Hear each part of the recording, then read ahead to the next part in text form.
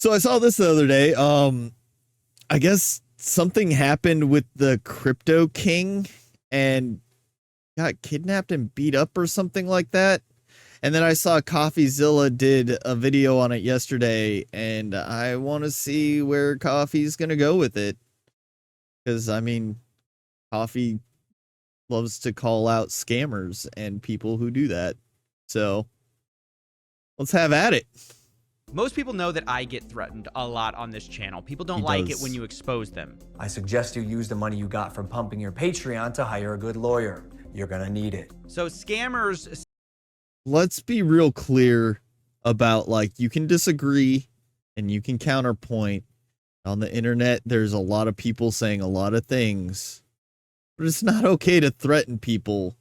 I mean, threaten with legal action is one thing, but like physical altercation threaten is a line that I don't think we need to be crossing on the internet, even though I think it happens more than people let on. Saying that they're gonna go after me is something that I've long been desensitized to.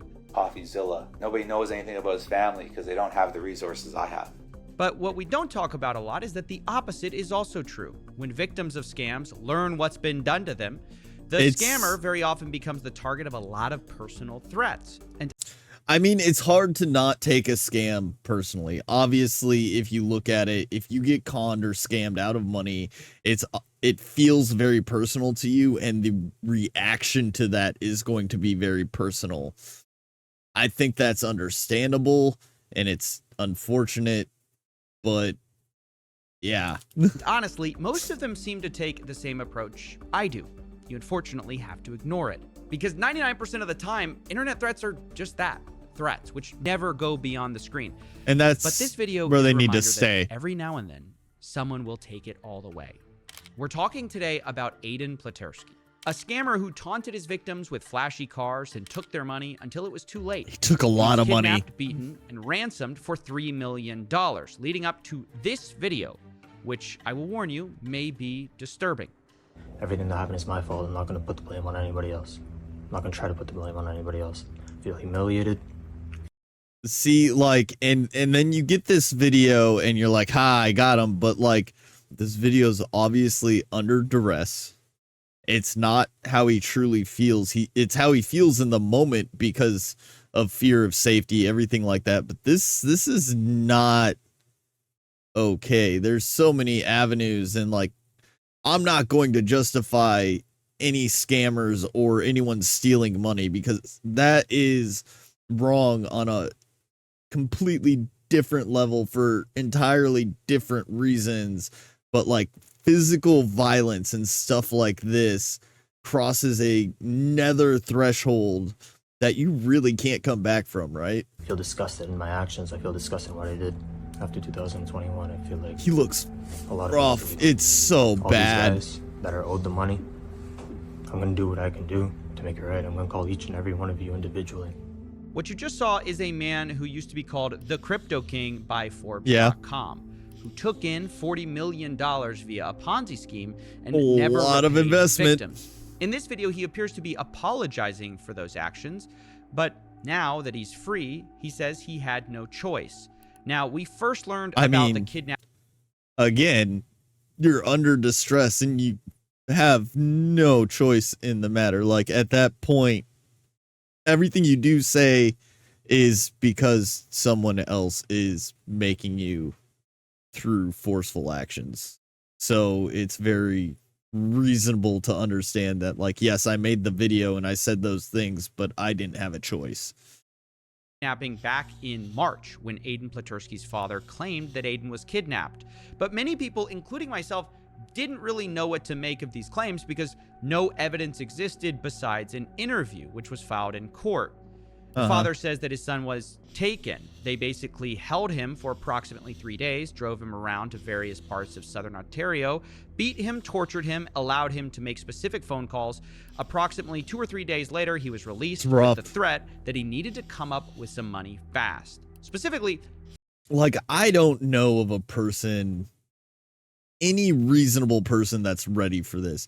Even individuals in the military who go to SEER training, which is survive, evade, rescue, and escape. You prepare for POW type situations. Even they can only be so prepared. CIA, whatever training you get, there's only so prepared you can be for like a situation like this. And if you've never trained for it or never thought that it would occur in your life, like this will break people so quickly. And like coming back from this is not like a fast process, right? $3 million.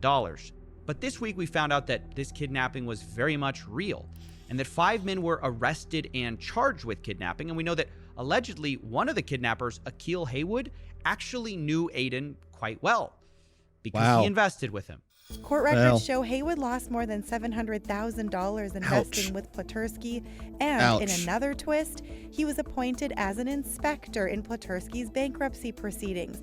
That's right. One of the kidnappers was one of Platursky's victims, who presumably watched him post luxury cars and Wait, how can one of the victims of the scam be appointed as an investigator? That seems like a clear cut. I need words. That is a clear cut conflict of interest is what I'm looking for. That is you cannot be a victim and investigate an issue. Yeah. That's rough. private jets to social media until he had enough. And as one of the bankruptcy inspectors, he had access to special kinds of information about Platursky. That doesn't make sense to me. That some of the trustees thought Platursky was hiding assets. Do you believe that he's hiding assets from you? I have reason to believe that he is still hiding assets, yes. So Haywood likely knew Platursky wasn't sharing everything, and likely knew other people in the case were hiding information too, like Colin Murphy, one of the fundraisers for this Ponzi scheme. In January, he wiped his phone of all the data which he was asked for, and he had a very bad explanation for why.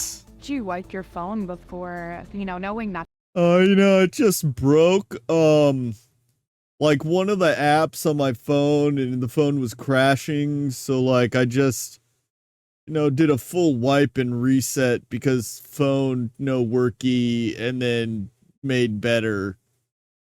They needed what was on it. I keep super sensitive stuff on there with my girlfriend, and it's funny because this Norman Group guy. It's because there was like one maybe illicit photograph, like I just had to delete literally everything on the phone. He wants, he's saying, oh, I'm hiding this information and blah, blah, blah, blah. You kind of are. He doesn't realize. I mean, it kind of sounds like you're hiding the information. It's probably why they said it. I don't know. Is that I've been keeping stuff to give to somebody. I just didn't know if he was the right person. Dang, I was about to give you guys all the evidence. I was trying to get it to you. But there was that one photo. My phone for no reason.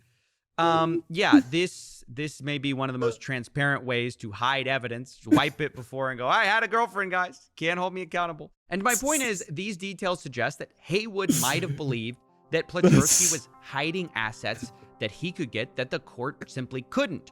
Although it's worth.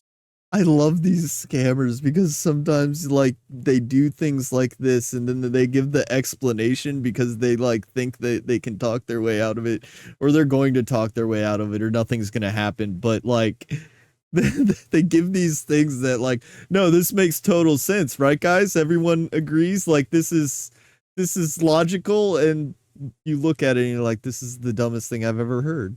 Saying I'm definitely not defending what Haywood did, kidnapping him, because not only is it completely wrong, it quickly came out that Haywood isn't some misguided vigilante for justice or something. Given what he did next, he seems about as horrible. Haywood is also charged with threatening an official from Grant Thornton who's overseeing the proceedings for $2 million in cryptocurrency. The accounting firm said Haywood resigned as an inspector. As he Thornton should. Said, we've been cooperating with police and have maintained open lines of communication. We cannot comment any further as this is an active investigation. So I want to feel bad for this guy as a victim of this crypto situation. However, he's crossed so many more lines than he can never walk back from. Like, if his life got destroyed from the crypto thing, he now scattered any remaining ashes to the winds, never to be reassembled, by going so much further than the initial trauma. Wow, you heard that right. Not only did Haywood threaten the scammer, he threatened the bankruptcy lawyers in the case. He's just going after wanted a bunch everyone. of money from them.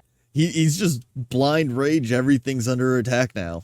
Which is really playing both sides in a creative way, I've got to say. And my point is, look, it's not like he was looking for the amount he was owed, which is allegedly $740,000. $700K. He was looking for millions of dollars as a payday. So no one in this situation is particularly great. I mean, you take the $3 million plus the $2 million from the bankers, and so now you're at $5 million on a $700,000 investment. I mean, that's a nice multiplier. What is that? It's a little over 5x, right? It's a nice little multiplier for your time and efforts. Right? And of course, since then, him and his co-conspirators now face kidnapping charges.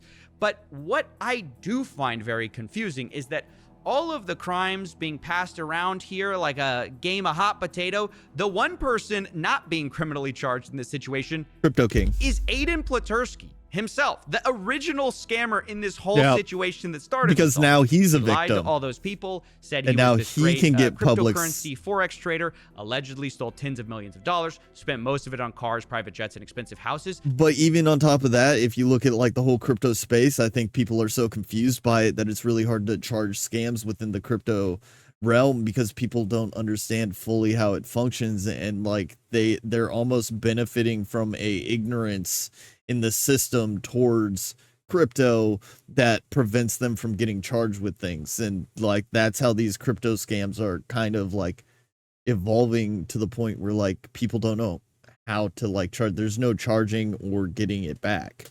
And he's not being charged? Like, I'm so surprised by this. This case is very reminiscent of another story that we've just recently did with Ted Safranco, who promised these amazing Forex trades, but just ran a big Ponzi instead. And not only am I surprised by the size of these Ponzi schemes, and the Ponzi is probably easier. Similar, he invested only 2% of the $40 million he took in, but I'm also surprised.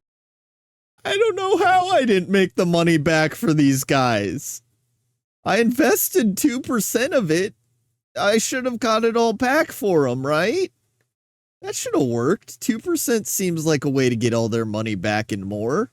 Is by how blatant of a fraud this is. And incidentally, the similarities don't stop there with our last story. Remember, Ted Safranco claimed he was also attacked by would-be creditors. I mean, if I have to compare the violence inherent in what happened to those two, that one looked a lot worse than the other. Forex scammers isn't going away anytime soon, nor are the legions of upset victims who are pissed both that they got robbed and that most of these people face little to any criminal charges. And so it's easy to see why they're frustrated, although I have to say that I disagree with the method. Kidnapping someone who scammed you and ransoming them for money in some kind of scammer Uno reverse card is not a good idea. And getting an apology from them when you've beaten them up isn't doing anyone a service. No. So for ethical reasons, human reasons, and don't stay do it. out of jail reasons, maybe don't do this. Don't do it. Yeah. Sounded a little half-hearted, Coffee. What's next? Please drink responsibly? I don't know. I constantly get threats, so I sympathize with the guy. And don't do it is the right answer, but I don't know. Is he doing shades of gray? Is he going into like shades of gray on this? Like, I'm gonna let it play out, but like, yeah, don't do it. You're gonna make it so much worse for yourself and the people around you. It's just, I don't see it being worth the squeeze ever. Well, I don't know. I get it, I guess. I mean, it's wrong, but I get it. But it's clearly wrong. And look, Haywood sucks, but I get wanting to screw the guy who screwed you. But I can't say that because it is wrong and the impulse is wrong. and I didn't want to put this in, but like this Aiden guy is horrible. I went to his Instagram to reach out for comment, and I saw. I mean, I understand what he's saying. Yes, it feels personal. You want revenge. You want to get back. But like long term, it's a short term solution for a long term problem. It may feel good in the moment, but as soon as it's over, everything is going to feel hollow and you're not going to end up with what you thought you were going to get out of it. He's posting, it's all, you know, supercars, private jets. It's a middle finger to all the victims. And if I lost money to that guy, I'd be pissed too. Wow, Coffee. You got an edge. I didn't think you had it in you. No, I mean, I wouldn't do anything, and I wouldn't change what I said. Don't do it is the right thing, but sometimes the right thing feels... What? Hopeless? Inadequate? Sisyphean? Pointless? This conversation A little bit. is pointless. I'm done talking about it. I get it. Look, I get that point. You got anything on TV? I hate when you put my show on. Come on, change the channel. Put something else on. Oh, sure. Speaking of new topics, I've got just the thing that'll cheer you up. I found this new creator. You're gonna love this, Coffee. Very avant-garde stuff. I'm telling you, future of entertainment. Quack, quack, quack, quack, quack. Oh my God, no. Gang, gang. No, why? I feel like I just got rickrolled. This is not, this is like a whole different like video or topic, but like not fucking content. Gang, gang. Ice cream so good. Balloon. It's a rickroll. Pretty great, It's huh? the new rickroll. Oh, thank you, user. What is the noise again? Quack, quack, quack. I mean, quack, Coffee, quack, quack. Coffee, what you're doing with your life is way more than that. Promise you.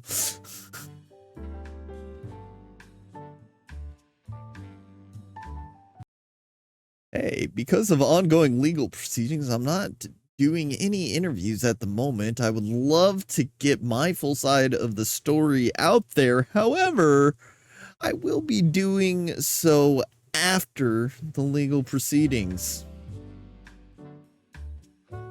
I mean, I guess it may, like, that's smart. It's smart. I mean, obviously, that's not what people want. People want to hear, like, the full story Most right people know now, that but at the end of the day, like, if you are going through the legal proceedings or whatever, you do want to avoid making commentary, because if you say one little thing, it can screw your entire legal defense, and that's a problem, which is why lawyers would probably tell you, if you're about to go into a court case, don't give comments to the press. But that doesn't mean that it's what the people want to hear. Obviously, it feels like a cop-out, but it's for their own good, fortunately. Yeah, I think, like, I understand the point of the video. Like, you want the revenge and you, like, want to do the things, but, like, when you cross that line, you can't come back from it. You may think it's going to make you feel good, but, like, it's going to feel hollow later, and it's going to make everything so much worse.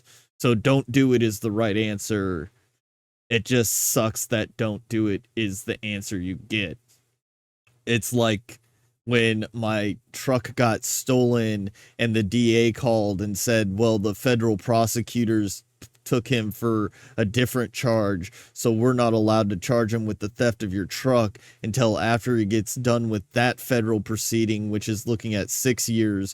So when he gets out of federal in 6 years, we can charge him with the truck theft, and at that point the odds of you getting compensation back are basically nil, so we're just going to drop the charges on the grand theft auto for your truck, and, like, you're never going to get money back for that stolen truck, and we're sorry. And yeah, that makes me feel real fucking bad, but, like, not gonna hunt the guy down. There's like, getting at him some other way isn't going to, like, fix any of the previous statements. yes, you're a victim and it feels like you're getting victimized again and again because you keep getting told you're not getting anything back. But at the end of the day, like, doing anything different isn't going to give you that sense of fulfillment or anything back from it. And it feels bad. It doesn't feel right. But don't go down that rabbit hole. Unfortunately, it sucks, but you gotta move on. I mean, good video. Look, I like what Coffee does. Coffee usually does like really in-depth stuff. Go ahead, give that a like. You don't follow CoffeeZilla, I recommend it. He's got some good videos out there about a lot of topics.